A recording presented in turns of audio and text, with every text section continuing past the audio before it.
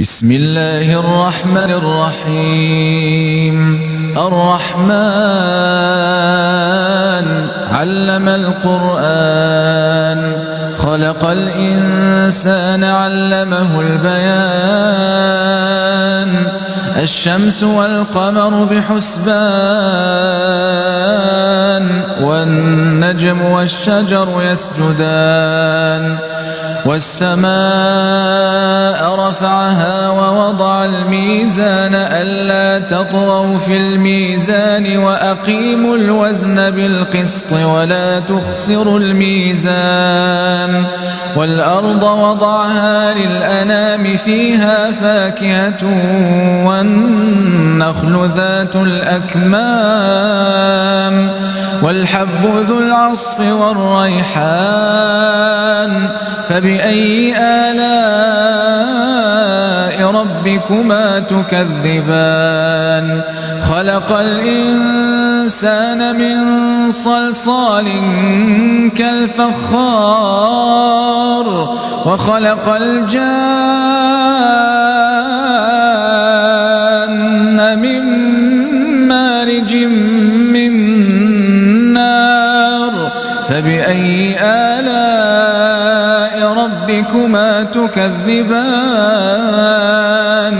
رب المشرقين ورب المغربين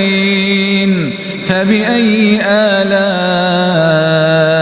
ربكما تكذبان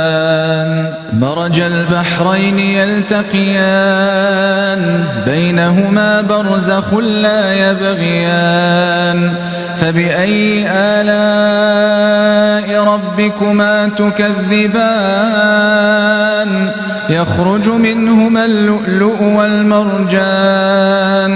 فبأي آلاء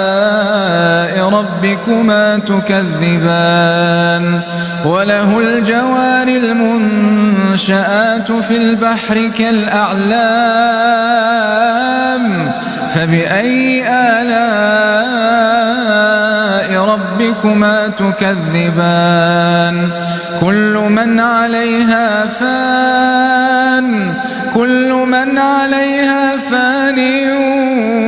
ويبقى وجه ربك ذو الجلال والإكرام فبأي آلاء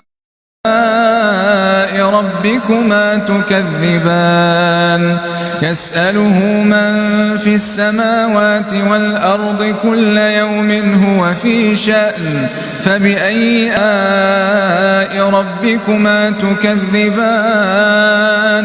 سنفرغ لكم أيها الثقلان فبأي آلاء ربكما تكذبان